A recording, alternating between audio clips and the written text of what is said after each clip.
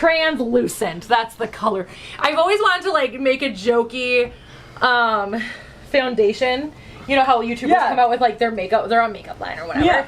I've always wanted to make up my own jokey one, and just it's gonna be just straight up like Halloween makeup white, and just call it Norwegian AF. See, if I when I make it big as a beauty YouTuber. Oh, no, I didn't mean that as like a not gonna happen, but like I just thought that was just like when we can collab. Yeah. I'll do an eyeshadow palette. You can name a foundation Norwegian AF. Norwegian AF. It's literally just gonna be like Halloween white makeup. I'll do an eyeshadow palette that's named irreverent things. Did you hear about this? No, I was posting on Instagram. You did about my makeup. That I always on Christmas I always wear something with like a ridiculous like borderline offensive name, so somebody can be like, I like your lipstick. I'm like, thanks. It's called Lady Balls. I mean, to each their own. Like I wear the Evil Queen one a lot, like to family functions, and I'm just like, come at a bitch, I got Evil Queen lipstick on. Oh, family functions. I'm usually drunk at them. I can't be drunk at them. So and I'm a pole, so can you imagine how much I have to drink for them? I can't be drunk at family functions, so I just have to be like offensive so everyone stops talking to me. Go to my vlogging channel and go to the last time I was at the Hellas Christmas party. And you will see me being not even drunk, just like visibly toasty. And you can imagine, because I'm Polish, you can imagine how much I had to drink to get to that level where my family was not a piece of... I'm not getting into my family drama on the internet.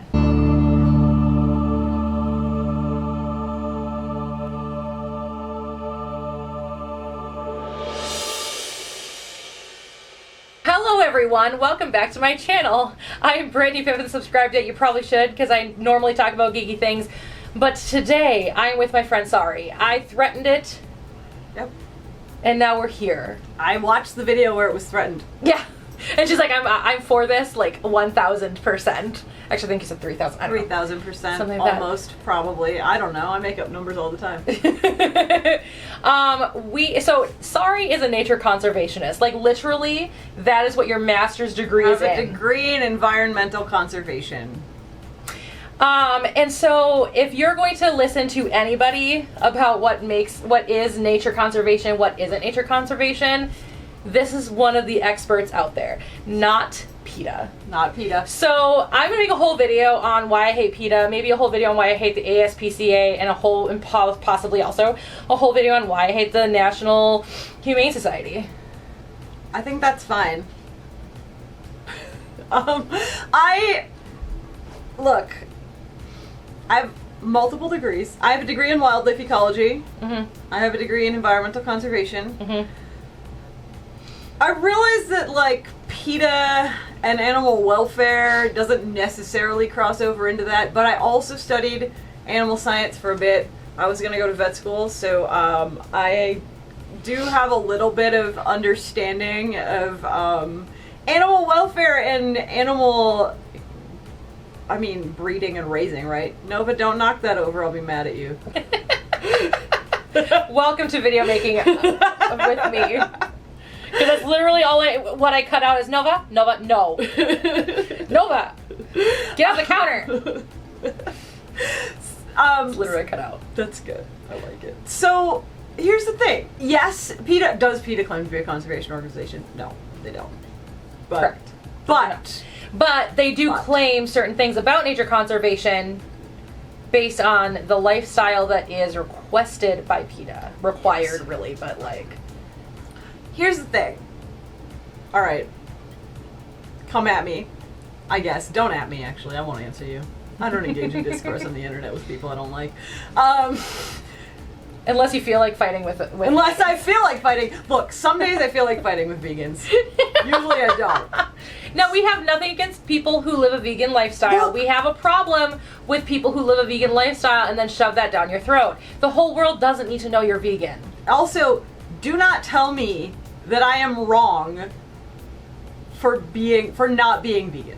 Right, like, and I get it all the time too, because they're like, how can you be a nature, or how can you be an animal rights activist and not be vegan? And I'm like, because I'm a human and I know scientifically. Right. Mine is humans eat meat. People are like,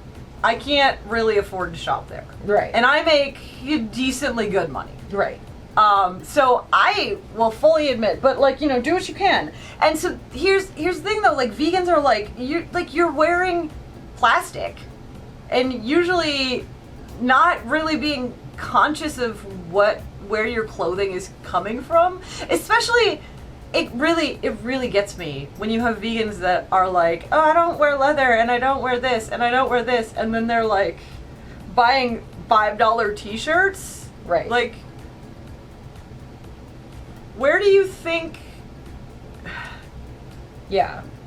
You've just negated a carbon footprint and also are like supporting unethical labor practices. Because Right. if the shirt costs you $5, how much do you think whoever made it got paid? Right. And see, that's the thing is like the vegan movement, which again, we have nothing against vegans. No. If you want to be vegan, be vegan. Please be vegan. There's like, nothing wrong with that. It's the people who judge others for not being vegan that we have a problem with, and that's the issue. Is like, here's the thing, you're completely negating it, like, and I just don't get it, because like I said, that was one of the things that I asked you at one point was, because I genuinely wanted to know, because I've always heard that the best way to lower your carbon footprint is to stop eating meat. Look, eat less meat. Yes. Is it good? Eat the right kind of meat. Yes. And again, here's the thing, like we were talking about fast fashion, is to buy from sustainable, small-owned, non-commercial farmers. Because here's the thing, if there is less cows that they are producing and slaughtering, then there is less pollution going into the air because of their feces. Yeah. So feedlot. Here's the thing. People compare feedlot beef to, like, there's no middle ground. It's either you don't eat meat or you eat conventionally raised feedlot beef. And I'm like, you're missing the very important middle ground where we should all be coexisting. Yeah. Which is small farmers with grass-fed cattle who are putting nutrients back into the soil. Right. Because here's the thing. I took a whole class in grad school on grassland systems. We talked a lot about sustainable grazing. So, coming from an educated place when I tell you about sustainable grazing. Her literal master's degree. Yeah. I know a lot about grasslands and I know a lot about sustainable grazing. That's kind of one of my focus areas. Sustainable food systems is an area of focus for me. So that's where we're going. So here's the thing. When you have pasture land, a lot of times, even if you have grass-fed cattle, they're just out and there's no control to the system. So you're not regulating, there's no science, or there's minimal science involved. You're not regulating how many cattle are grazing in a particular patch of grass. They have their favorite spots, right? So they'll just eat that down to nothing and destroy the land because it's basically just bare dirt. In sustainable rotational grazing, you literally calculate how many cattle your particular patch of land can support, heads per acre, and then you have these fences that are portable, and it's very calculated. Like, we will have this many cattle grazing this many acres for this long of a period, and then you literally move them to a different spot and let the grass regrow, and they're naturally fertilizing the ground, right, to regenerate the nutrients into the system. Because here's the thing, you are what you eat, and as is your poop. So if you are having the commercially raised cows eating commercially raised or commercially made food, that in itself is what is making the poop not like pollution, like making that the carbon footprint that it is. Yeah, it's literally the food that is given to the cows. So the commercial agriculture feeds a lot. It's a very high corn diet. They're unnaturally, they're feeding cattle to get unnaturally fat unnaturally quick. Right. And they're ruminants, so literally their digestive systems ferment things. That's what they do. They feed them a very high corn, high soy diet, which is not what they're supposed to be eating. Right. So it ferments quicker, which means a higher release of methane. in feedlots, also, they're not on grass, so there's nowhere for that for like that methane to go. It's literally being sluiced into ginormous cesspools of feces that are releasing methane gas. Right. So grass-fed beef doesn't do that. It doesn't. Like, I'm not going to say it doesn't produce methane, because it does. Well, but it's going back. All poop Right. produces methane. It's going back into the ground. Right. Where you're storing carbon and regrowing grass from the nutrients being released. Right. Rather than just shoving it somewhere and, like, letting it sit there. There's also really cool new systems that are being set up of, like, biodigesters that some people use, where they basically, like, dry the poop and, like, run fuel sources off of it with this biodigestion. Fascinating. I don't know a lot about it, but it sounds amazing, and I need to look into it. That's on my list of stuff to learn about.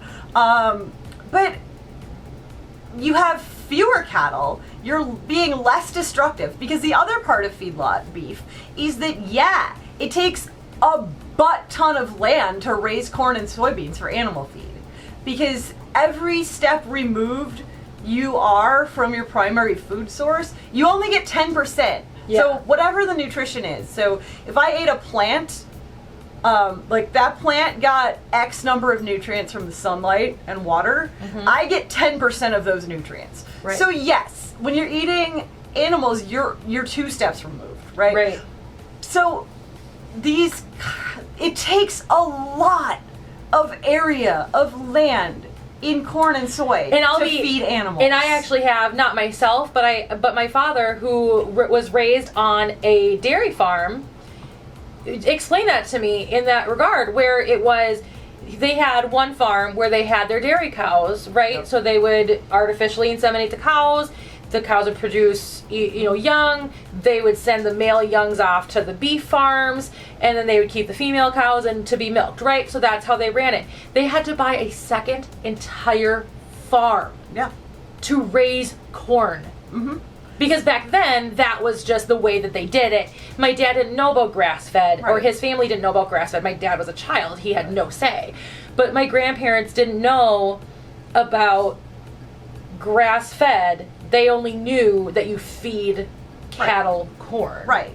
That's the way it was done. Right. So if you're in the Midwest especially, and you're driving around and you see all of these fields of food being grown. Corn. That's not food. We're not eating that food. Nope.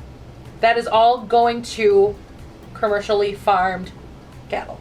Commercially farmed cattle and corn syrup, basically. Correct. Like, that's where that goes. That's not the corn on the cob that you ate at your family's barbecue. No. It's genetically engineered seed corn. Right, and according to my father, very different corn. It tastes very bad. Right. He said it is not for human consumption. No. It's not. It's specifically made for this purpose of like raising animals. Right. So, I have a lot of food allergies. One of them is a soybean allergy. I can't eat soy. And I'm not supposed to eat soy because of estrogen. Yeah. So I get into this fight with vegans a lot too, where they're like, but soy, and I was like, listen, let's talk about the Amazon for a minute. Because almost all. So everyone's like, but the soybeans that's being grown in the Amazons is for feeding animals. No, honey, it's not.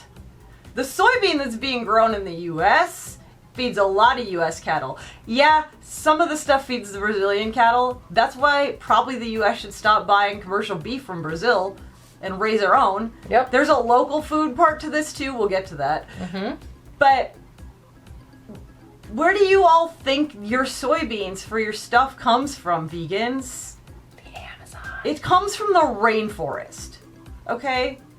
Literally, we are deforesting the Amazon so that people can have soy. Yes. Is some of it going to animal feed? Absolutely. Sure. But almost none of the soybeans that are raised in the U.S. is going to human consumption.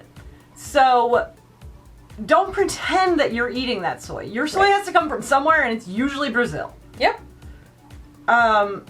So, I just don't see a world in which deforestation is saving a carbon footprint. Correct. Especially when it comes to the Amazon, which is literally the Earth's lungs. Yeah. And yes, if we were eating grass-fed cat meats, I mean, a lot of the soy is for chickens and pig feed, and the chicken industry, the poultry industry, and the pork industry are there's a concept called vertical integration. It's very complicated to explain, but it's shitty. I can't come up with another word. Vertical integration is shitty. Right, and people are so afraid of their poultry having the hormones put in it, and it's actually illegal to actually put that. Yeah. So anytime you see chickens or chicken meat that you're buying, and it says no hormones, because you can't have it. Literally can't do hormones in the United States in a chicken. Yeah. So that's just a marketing thing. Yeah. Just FYI. The corn and soy that you see in the U.S. is almost all owned by 3 companies. They pay the farmers to plant it, basically. And by pay the farmers, I mean nobody's getting paid. But you have to run things according to their rules. So you have to plant these exact crops. They give you the seed and then pay you whatever for the overage. That's kind of vertical integration. It's terrible. Tyson is the worst offender by far. Tyson, I've heard, is terrible. They are not a good, sustainable, ethical company. Their animal welfare is atrocious.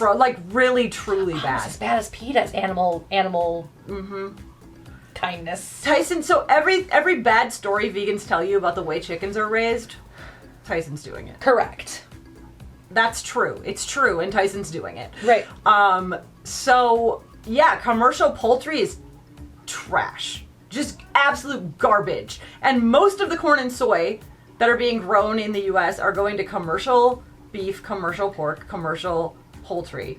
A lot of which isn't even consumed in the U.S. Well, again, the local food thing.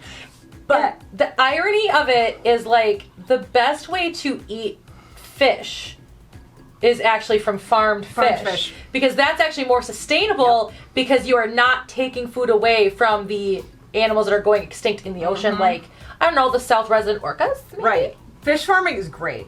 Yeah, fish farming is super important. Very pro fish farming. So please do not buy Atlantic salmon. Yeah. Please. Or any... Farmed fish is... Go farmed salmon, please. Anyway, sorry. No, you're not I had wrong. to throw that in there while we were talking about commercially raised, commercially farmed. Yes, because fish is a different story. Fish is a totally different story. Absolutely. Because if you're pulling fish from the wild, you're taking the food source away, and at an exorbitant amount, you're taking that food source away from animals in the wild that need it. Yep. And we don't need it. You're messing up a whole food chain by doing that. Correct. So, if we moved to a grass-fed pastoral agricultural system, which is unrealistic at the current rates of consumption of meat, would everyone have to lower their meat consumption by a lot? Yes, but y'all probably eat too much meat anyway. Right. That's what's so funny is people don't realize how much meat they eat and how it's not necessarily needed by our human bodies. Yeah. Our human bodies, from what I've understood scientifically, what I've understood from biologists that I know, that humans, the way that our bodies are created, the way our bodies are built scientifically, is we should be about 80-20 plant-based. So 80% plant-based, 20% meat consumption. And that is the most healthy. I hate saying that because it's such a shitty word. It's such a because healthy for one person is not healthy for the other. Yeah. But that's kind of like how they say that you need 1,500 calories just to exist on this planet. Yeah. Same thing. It's going to be different for everybody. Her basal cell, that is a cancer. Her basal metabolic rate is going to be different than my basal metabolic rate, which is the amount of calories you need just to exist. Yeah. And that's the same thing for, obviously, how much meat you consume. My father is definitely more carnivorous than I am. I could live sustainably on 80-20, and that is the plan, is moving 80-20 plant-based.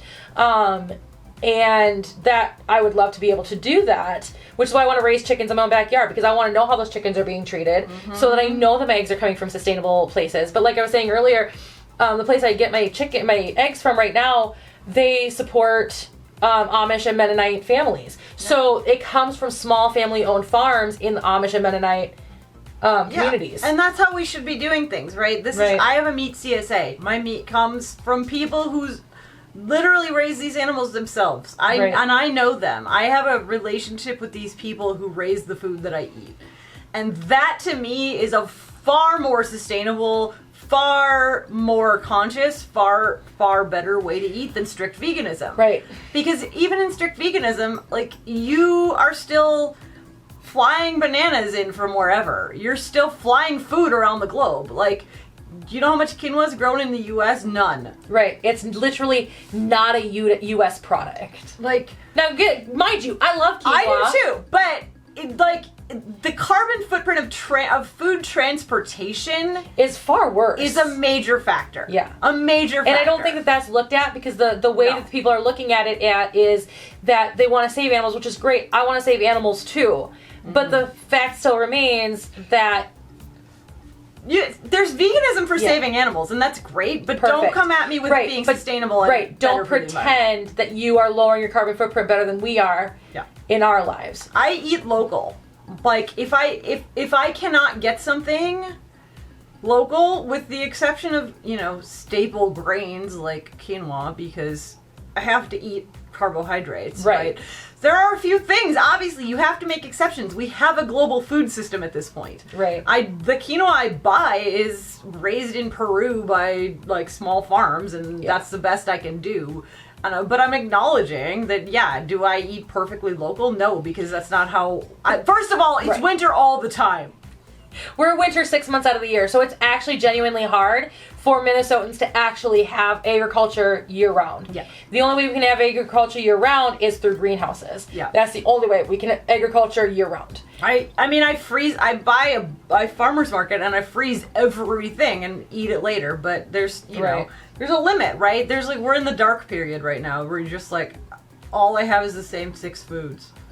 But it's a choice I've made, because to me, that is a better choice. That is a more sustainable choice to me. I have to eat meat. I told you I have a soy allergy. I'm also pretty sensitive to sugars and carbohydrates. So my body does not function unless I eat a decently high protein diet.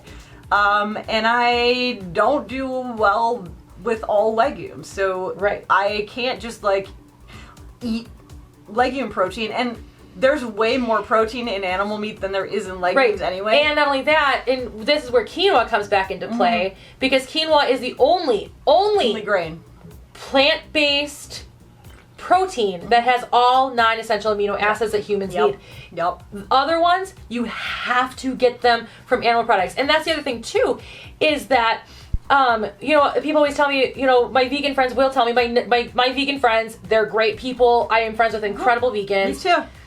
But they have to take supplements in order for them to actually sustain a healthy lifestyle. Mm-hmm. Again, healthy, hate saying that word, but it's, for lack of a better term, a healthy lifestyle, because they're not getting all nutrients that they need. A lot of vegans I know are deficient in B12. Correct. A lot. And so, and again, not that there's a problem with being vegan, there really isn't. I don't like the supplement industry. I don't. It is not regulated enough for me to enjoy the only supplement I take is my lactase supplement, and that is because I just can't give up dairy. But I also know that supplement very, very well, and I know what goes into my Lactaid very, very well. Yeah. So it's just not regulated enough for me to feel like that's something that I want as a part of my everyday diet. Mm-hmm. So I need to be able to have the freedom to eat whatever food I want. Yep. You know what I mean? But that's the thing, like I said in my cruelty-free video, you draw the line where you need to draw that line. Yeah, like, everyone's line is in a different place. Right. Where I'm saying is, like, I'm not gonna judge someone for not eating local food or pasture-raised meat. I'm not gonna come up and be like, you're doing it wrong. Right. And that's my problem with the loud vegans, is that they come up to me and say I'm doing it wrong. And my answer is like, well, I can't eat soy. I can't eat a lot of sugar. I have to keep a low carbohydrate diet in order to feel good and function and, like, be able to think and exist. Like, I can feel terrible all the time and be vegan. Basically. Or I can live a fulfilled existence and feel good and all of these things. Realize that I did not screw that on, and if she's gonna knock it over, I'm gonna need to like not have that all over my couch. Yeah, that'd be ideal. So local food, right? This is something I did study. I actually did my graduate school, my master's project on food systems, local food systems versus commercial agriculture, focusing on vegetables, not meat, but the carbon footprint of transport of goods, especially when it comes to vegetables. So we're shipping refrigerated trucks, basically, right? Which is outgassing all sorts of greenhouse gas because you're artificially cooling vegetables. You're losing nutrients in vegetables by transporting them all over the country.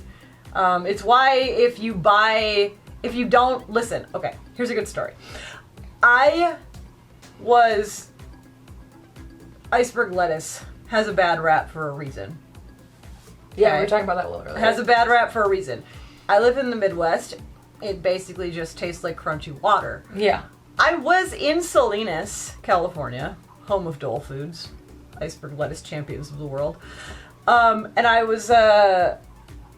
literally went to this restaurant in the middle of nowhere in Salinas, driving through lettuce fields. We were driving past the Dole lettuce fields and artichoke fields. It was surreal. That it was. And I went to this restaurant and they put part of what it came with the food I ordered was they put down this Dole. It was really seriously just Dole salad mix with like some olive oil and vinegar on it. And I was like, ugh. Y'all, that food had flavor. Yeah. Because it came from down the street. Yeah. I ate Dole iceberg salad mix and it had a taste. Yep. And it blew my mind. Yeah. Like, I did not know what iceberg lettuce was supposed to taste like. Yeah, because here it has literally no taste. It's crunchy water. It's by the crunchy time it water. gets here. Yeah, it's crunchy water. That's all it is in the Midwest. And like, I knew so many people that wouldn't eat tomatoes because they were like, they're just water and they're just slimy and watery. Yeah. No. Eat a real tomato that was grown down the street. They taste like something. You might not like it, but it has a flavor. I would say that's one of the reasons why we here and in this household actually grow our own tomatoes for that very reason. Yeah. And that's the thing is, like I said, I would love to be as sustainable as I can because we have a nice sized yard. Yeah. For being the where you are, largest city in the state, plus being in the more like congested part of the city that I live in. Mm-hmm. Because we're in the older part of the city, so like this house was built in 1942. Just put that in perspective. So, but we have a really nice sized yard. So like my dad is growing a vineyard. We have tomatoes growing. Our neighbors over here who are gracious enough to share their vegetable garden with us during the summer. They grow a lot of vegetables. So during the summertime, we actually get like a lot of stuff that we don't need, that we don't need to buy from all these other places where we can not only just buy locally, but like our own stuff. There's our stuff or their stuff. There's nothing more satisfying than eating food you grew with your own hands. Yeah. Honestly. Nothing. Right. And so here's the thing, right? Like, if we move away from this idea of meat bad, vegetable good. Right. There's a middle ground. Because every study I read is comparing, like every pro plant-based diet study I read, which are a lot, they're always running the numbers going, well, the commercial meat industry releases X amount of methane and growing plants releases this much. And I'm like, you're leaving out a whole subset. Right. But the growing isn't the biggest part of it. You're not looking at transportation. You're leaving out a whole subset of the meat industry. Right. And you're also not looking at the fact that if you're buying from a CSA or you're buying from a farmer's market or you're going, whatever, or you buy it from a little local grocery store, here I am talking about the fact, both grocery stores that I frequent are Minnesota-based or Iowa-based, because I visit Hy-Vee, which is Iowa-based, and we love Hy-Vee. I love Hy-Vee too, and they have so many sustainable products. Like, it is so easy to buy sustainable at Hy-Vee. It's ridiculous. I know it's not nationwide. It's fine. It's barely in Minnesota. Yeah. Or Cub, which is a Minnesota-based company, again, not nationwide, it's only in Minnesota, but they're terrible. Or you go to like Walmart or Target. Now, mind you, your girl loves Target. Don't get me wrong. I am a Minnesotan at heart. I love my Target. Minnesotans love them some Target. Let me tell you. Minnesotans, she's not from Minnesota now, originally. No. We Minnesotans, we love our Target. Do not come between us and Target. It baffles me how many people are at Target all the time. Yeah.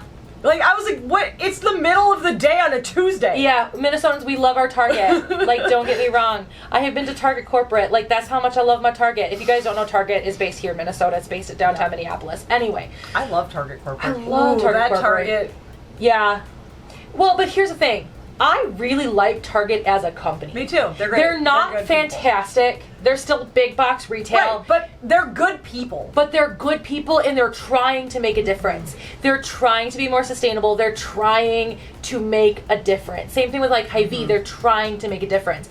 But you have to also look at that. You have to look at the ethics of the company that you're buying the products from. You know, like I say, you know, Amazon is my vice. I don't love the fact that I shop Amazon. Right now, during this pandemic, it makes the best sense for me because I live with a very high-risk father. And that's why, like, Sari and I were able to quarantine pod together so that we could see each other, so that we're not putting each other at risk and I'm not putting my dad at risk. Yeah.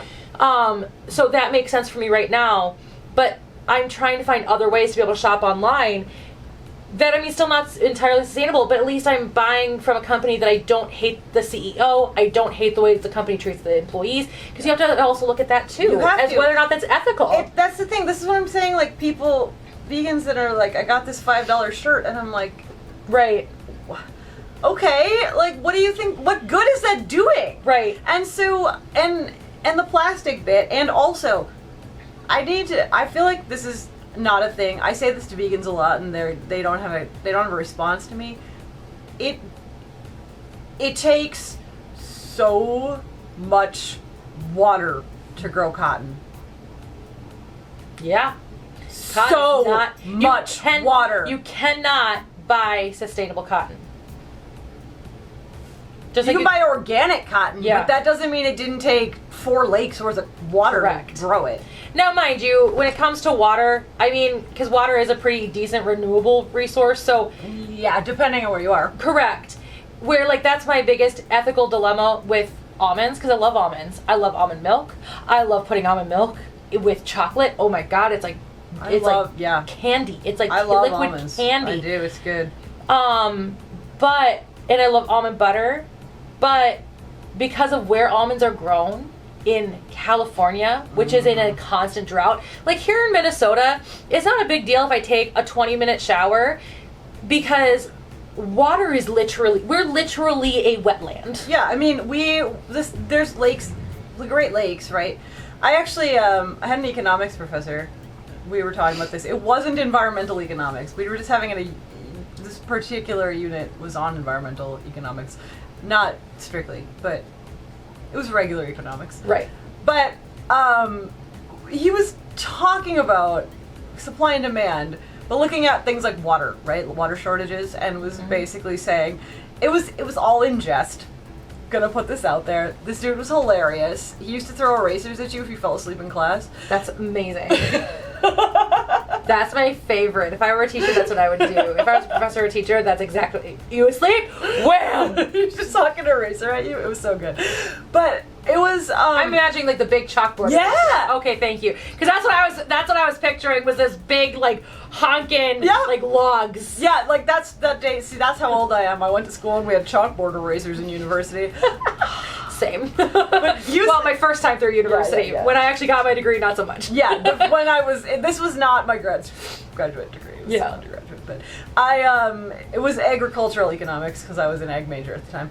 But he was talking about this, and this sticks with me all the time. Is somebody had raised their hand and was like, "Are you saying that we should drain Lake Superior, like put a pipeline from Lake Superior to like Arizona, California to solve this water shortage?" Bro straight up looked at the dude and was like, "No, it's too far north. Michigan's handier." I mean, Spirit makes better sense. It's the deepest lake, so. But they'll feed into each other, That's so true. it'll all get there eventually. It'll all get there eventually. So, like, literally, like, we have so much water that we don't know what to do with, and we're Right. growing all of our food in a place in a desert. Right. Exactly. Why does this make sense? Make it make sense. Make it make sense. So that's the thing, like, I have this ethical dilemma with almonds because it takes so much water to grow almonds, and we're doing it in California. Make that make sense. I mean, yeah. I mean, I get that The climate, they can't grow climate, here. It's a climate right. thing, but... Right, it's definitely a climate thing. Like, we understand the scientific reasoning behind it, but at the same time, like, how is it that I can justify eating something that takes so much water to grow when it's being grown in a place where people have to take limited showers because otherwise they're not only will their water bill go up, but they'll be fined They're fine, yep. by the state.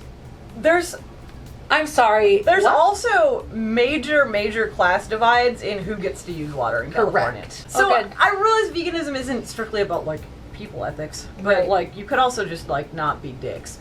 Right. And so the point is that Cosmo's the other red meat yeah. when it comes to Nova. She's trying to She's eat him. definitely trying to eat this dog right now. She wants to go upstairs with Grandma and Grandpa, and she wants him to tell me it's time to go upstairs. She only does that when she wants him to do things for her. So okay. So look, I don't hate vegans. I just don't want to be preached at, just the same as I'm not going Right. to preach at you about, oh, did you know how much water that cotton shirt you're wearing takes? You shouldn't wear cotton. You shouldn't Right. wear plastic either. Maybe we should all just not wear clothes. Right.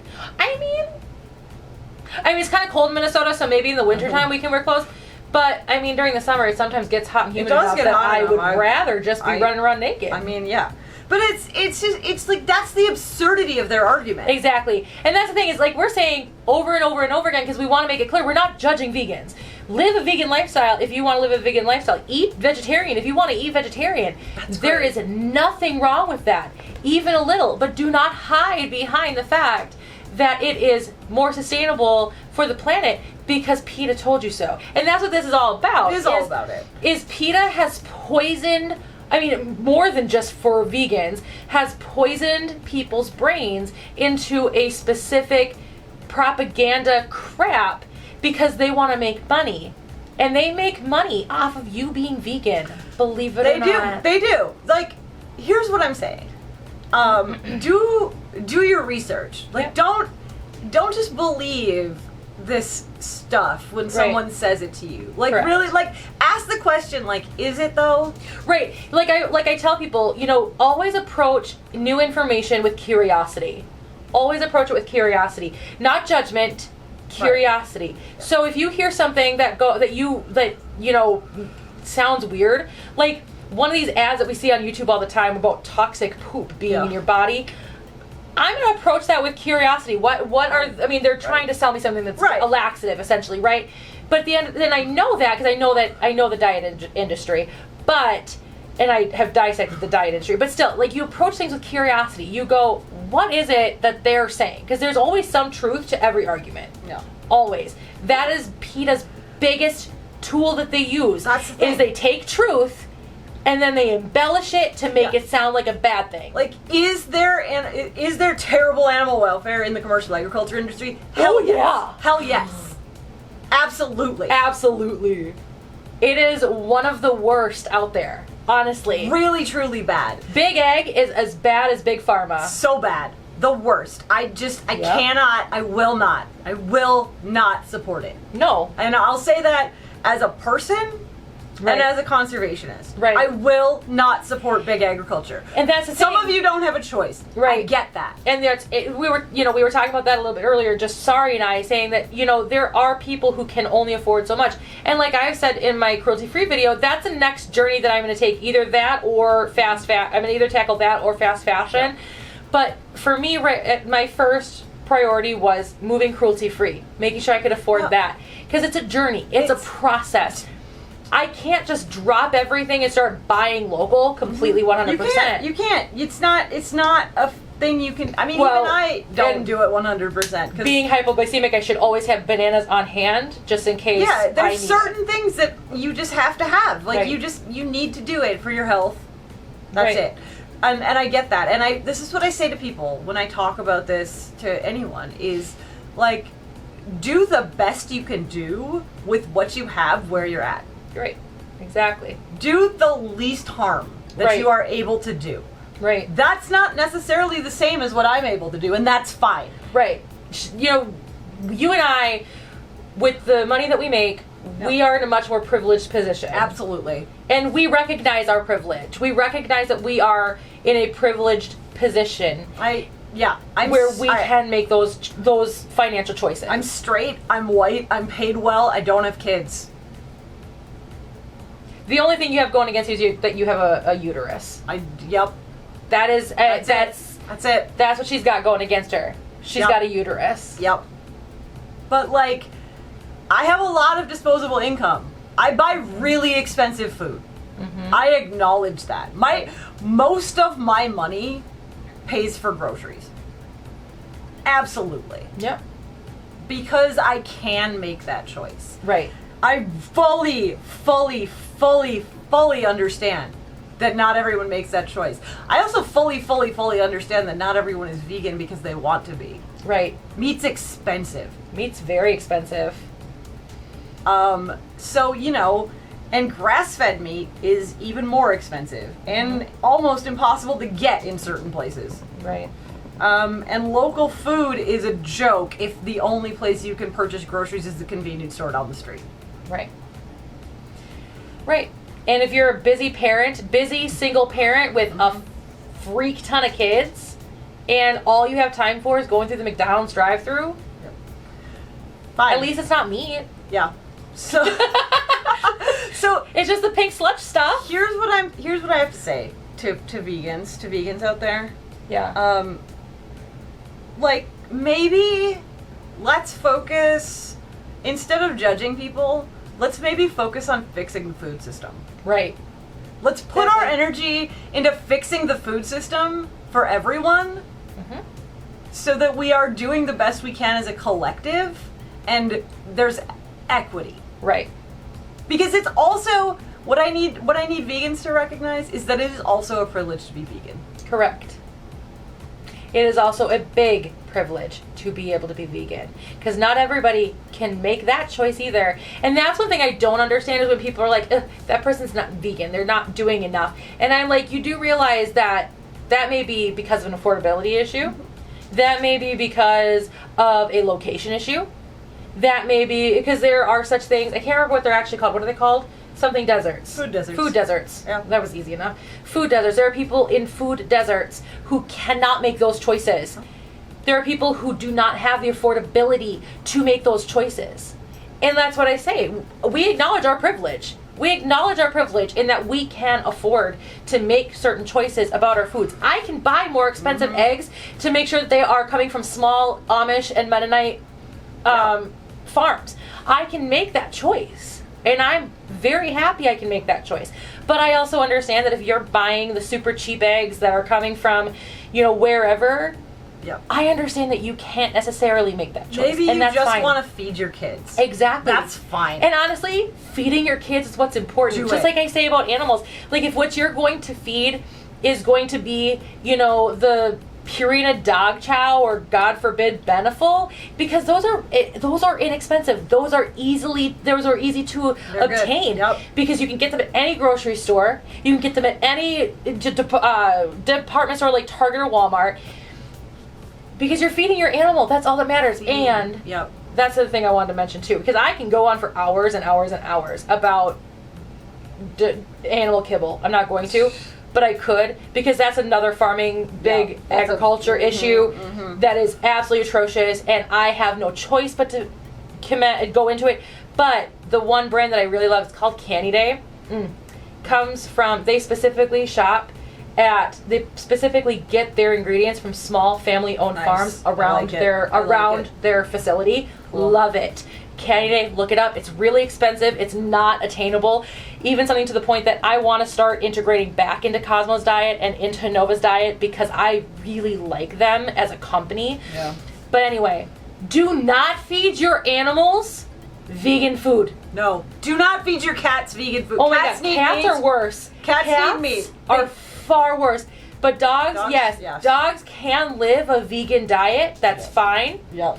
But it's not good for them. No. It actually decreases their lifespan by quite a bit. And the only dogs that should be on a vegan lifestyle are the ones that actually have an allergy. There's actually a gene in dogs that will create an allergy to meat proteins. Yep. So they're the ones that need that. And if you're buying it and your dog doesn't need it, you are taking that bag of food away from a dog that needs it to survive. Do not, if you are vegan, feed your dog vegan food. Yep. Please. Don't do it. It's so bad. There is so much bad when it comes to ethics about that because you are shortening your dog's lifespan and you're taking away from a dog that needs it. Yep. It's bad. It's just, don't. Just don't do it. Don't do it. I just, like, there's a really good book, actually, that I'm going to recommend to people. I'll put a link to it in the comments below. I'll put a link to it from Barnes & Noble, though, not from Amazon. That's good. It's called How Bad Are Bananas? And the subtitle is The Carbon Footprint of Nearly Everything. That book will open your eyes. Because it really does truly talk about the carbon footprint involved in the growing, the producing, the shipping, everything. And it's not just food, it's like everything. Like literally they were like, the World Cup. What's the carbon footprint of the World Cup? I love football, soccer, football. The carbon footprint of the World Cup is atrocious. Right. Truly bad. Yeah. International flights are the worst. Wow. Airfare. Look, if you're like, I'm But vegan, also, but I'm so- going on 6 family vacations, you just negated your vegan. But then but then you have to ask the question: how are you going to actually go over the ocean? Because it's either flights or it's a cruise ship, and both of them are terrible for the environment. But you just have to look. I'm not saying don't. I'm saying understand. Right. You have to still like, for example, I can freely admit that shopping at Amazon is a vice that I would like to not do, but right now it is the most convenient, and for right now it makes the best sense for me. It does not make the best sense for you. You don't do it. I don't do it, and that's fine. Right now it makes the best sense for me, but I am also educating myself right now on other ways that I can do it. Like I can get animal products from Chewy.com who actually try to be sustainable with how they, as sustainable as you can, shipping You still have to ship things. It's just real. Right. But at the end of the day, like I'm still trying to figure out how I can shop more sustainably and more ethically. And Chewy tries to be sustainable and they try to be ethical. It's not about perfection. No. It's about better. Right. It's bettering yourself and bettering the planet. And like, Nova. She wants your coat. I know. Stop it. Cat's trying to eat my coat. It's fine. It's covering up her hole, and she doesn't know. like her hole being covered up. That sounds really bad. Oh, it did. But so, look, like, I'm not saying this is what comes out the fashion thing. This comes at me a lot with the fashion thing because I'm like, I buy from these brands because they're better. And but you also like Adidas, right? But yeah, and Adidas is an ethical as ethical as you can be company. That's the key. Right. People are like, but they still blah blah, and I'm like, they're changing. They're trying to make a change. Trying to do better. Right. Which is better than I can say for a lot of places. Nike. I mean, don't get me wrong. Their marketing is spot on. Nike is incredible with the marketing and incredible when it comes to human rights. Yeah. Fantastic. Totally good. Love them for it. They are great. But their shoes are not sustainable and they are not trying to make their shoes better. They did do a sustainable line that they didn't market at all. Correct. You like literally didn't hear about it. I knew about it because the tennis players had it, but did she just fall into the hole? She did. Okay. She's like looking around really confused, like, what just happened? My cat laid ladies and gentlemen. Oh, she's boy. an interesting cat. That was amazing. But just do your research. Yeah. Do better. Think about, like, it's not just a one input system. There's so many interconnected things. I once had a colleague at my conservation organization who was talking about something about her kid, and they were talking about vacation, and like, oh well, we're doing a good job with vacation because we stay in these hostels and whatever, and like trying to brag about their carbon footprint, and I was like, you literally own another human being. Right. Like, don't act like having a child is not a drain on the, like, a carbon drain. Right. You brought another human being into the world. Literally, in the book, I'm gonna quote How Bad Are Bananas? In the book, How Bad Are Bananas? It says, unless you are contemplating starting a bushfire, having a child is the most carbon intensive thing you can do to the planet. And here's the thing, like, I'm not anti-children. No. I mean, you are kind in of your am life, in for your me, life, but right. other people seem to like them, so that's great. Right. But that's the thing, is, as I also want to preface this too, anything that Sari's going to recommend is not scare factor tactics like PETA does with their damn videos. Watch this documentary about how animals are slaughtered. You do realize there are ethical ways. Most, if I'm not mistaken, and you can correct me on this, because you did agriculture stuff, most actually render the animal brain dead. They do. Painlessly before they are slaughtered. Yeah, and Temple Grandin, who I love, spent a lot of time developing, actually, and these are the most used cattle chutes, even in feedlots. We use them for our bison, actually. The company I work for, we use them for our bison on the prairies. I cannot tell you who I work for legally, because I can't express an opinion tell you who I work for. It's just legally. That's fine. Like, but we have bison. I also do not talk about who I work for either. But that's also not just because I'm trying to not right. get in trouble, but also because I don't want people to know where I work. Right, mine's a global corporation. Like, Right. it's a global nonprofit. Mine is too, but like, there's only one location in the state of Minnesota. Yeah, we have a lot. So. It wouldn't matter to me. Yeah. I mean, like, I work in an 85-person office. Actually, now I work at my house. I'm hopefully going to continue working at my house. For the You had that ability. forever. You had that. Yeah, ability no, forever. I'm really hoping to not go back to the office. But Yeah. So Temple Grandin actually did a lot of work inventing new kind of squeeze chutes, both for checking on animal health, but then also like working with the slaughter plants so that the animals were also not panicked while going through the chutes to get to the process of them being rendered brain dead before any of the processing. So that they're literally the end of their life was as calm as they could make it. So it's not actually inhumane to slaughter meat. It's not. It's not. Not if you're doing it right. Right, and that's the thing. And the people, the small farms, they're doing it right. They're using local processing plants who are using good practices, because the people I'm buying my meat from also care about their animals. Right. And don't want to cause their animals harm. Now, granted, are there farms that don't give a crap, like Tyson? Yes. 100%. 100%. But you can still buy ethical, and you can still buy sustainable, and still eat meat just fine. Absolutely. So. I do it every day. Thanks. Well, not Mondays. Meatless Monday. I can't remember the stats right now.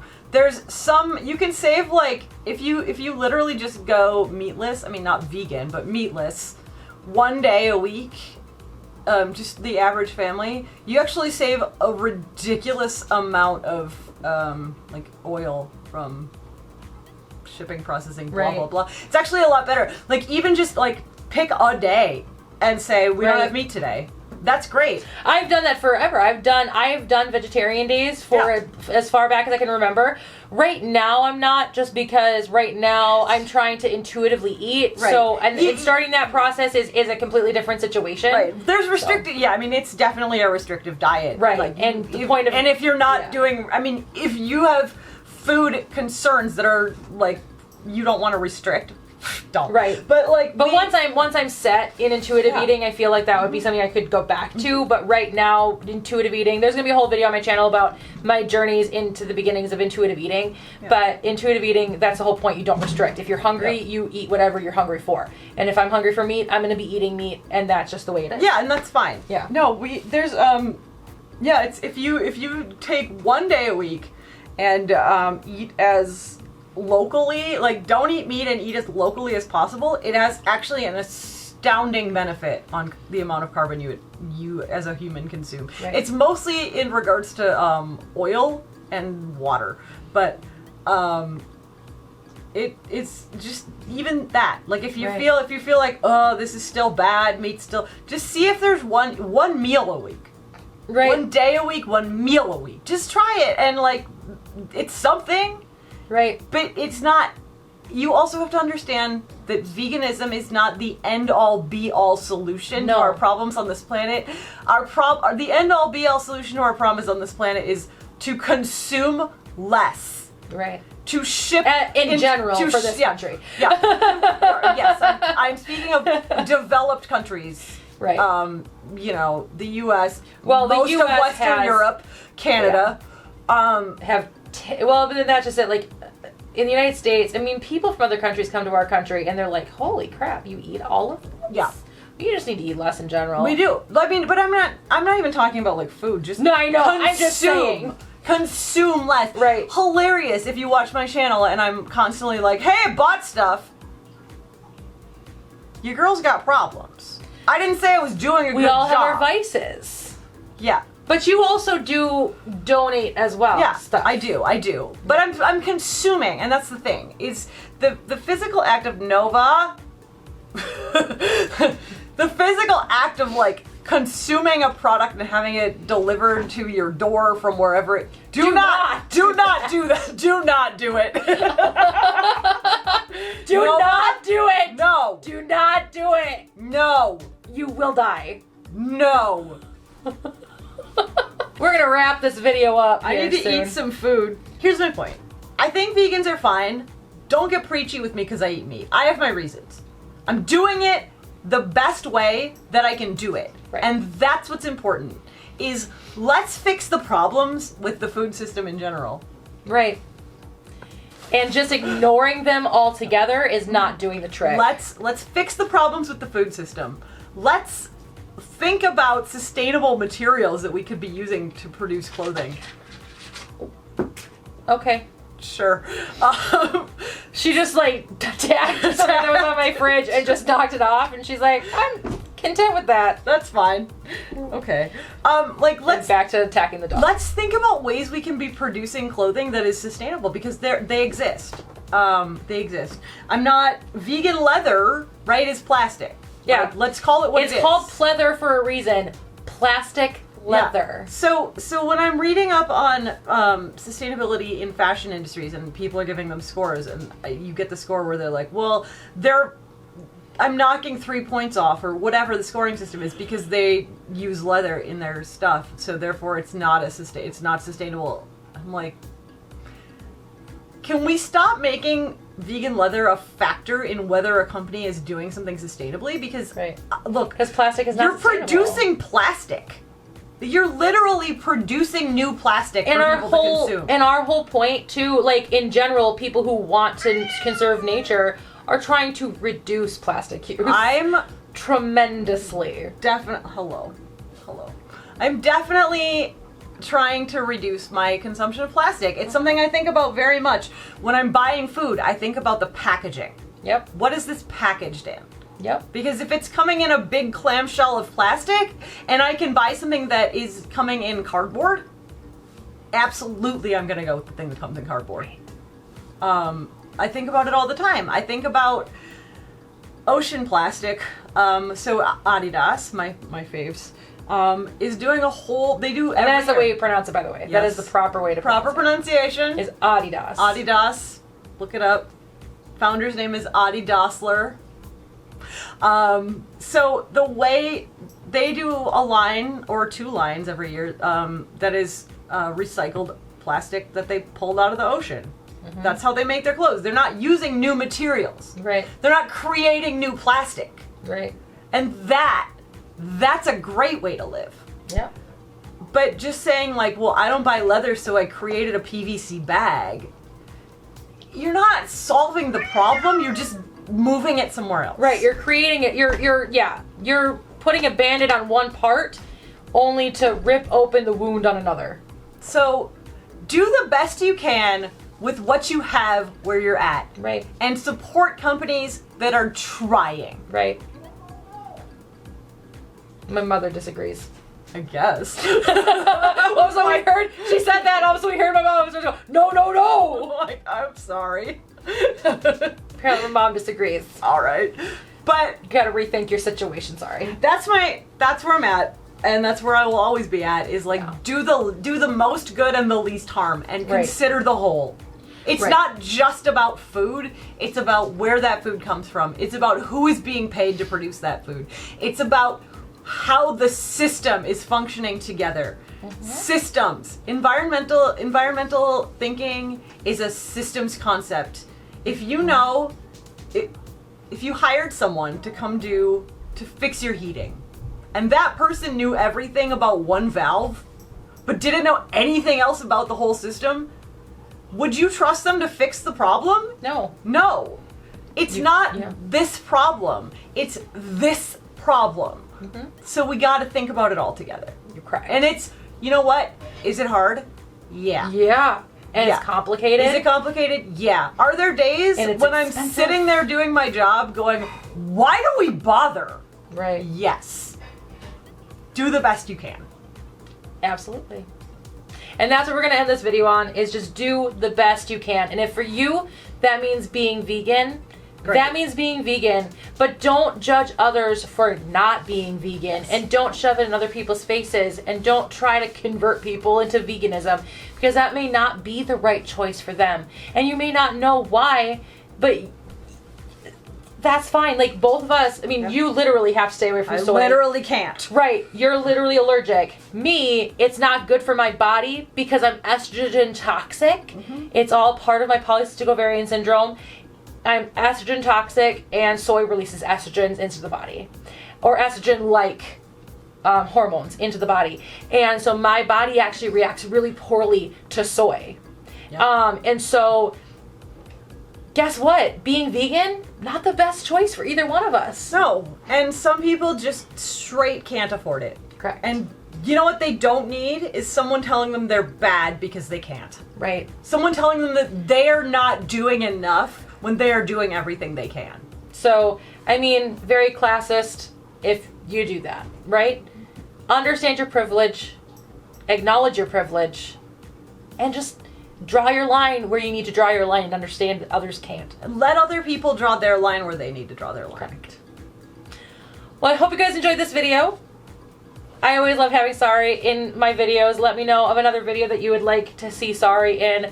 We could maybe do con horror stories. Oh, can we ever? Because if you guys don't know, I know Sari from a convention that I did a story time about, and she was actually part of that story time. Well, she wasn't in it. I've been in a story time. You've been in a story time about the person. About the person that, well, the first half of that story. My crazy roommate from college, which apparently is what my TikTok has become now, because I have so many stories about when I lived with her. That's amazing. Did I tell you the story about when she wanted me to go out during a tornado? Oh, yeah, go to and pick get her up. Yeah. Because she was scared. Yeah. And we were safer on the side of the river that we lived on. Mm-hmm. Yeah, that... Mm-hmm. I told her, get off the phone. Yeah. Anyway, but we know each other through conventions, and we've both been to quite a few, and we've both staffed quite a few, well, not quite a few different conventions. Stuff happens, man. But I think you and I have both staffed the same 2 conventions, but multiple years of the same 2 conventions. Yes. Well, one convention we ran... One together. Together, Yeah. well, the guest relations department once, so I guess 3 technically. Yeah. Yeah. So. But, yeah. We've got stories. Got stories. Boy, do I have stories. So. And, I mean, you know, if there's other, like, conservation questions, I'm happy to answer them. I'm trying to do a series on my channel where this coat keeps falling on my face. I'm trying to do a series on my channel where I call it Conservation Conversations, where I'm like reading conservation literature and then talking to you about it. But I posted one and then I just like stopped reading books. So definitely subscribe to her channel, but also if you guys want us to do like maybe a Q&A of conservation, leave those questions in the comments below.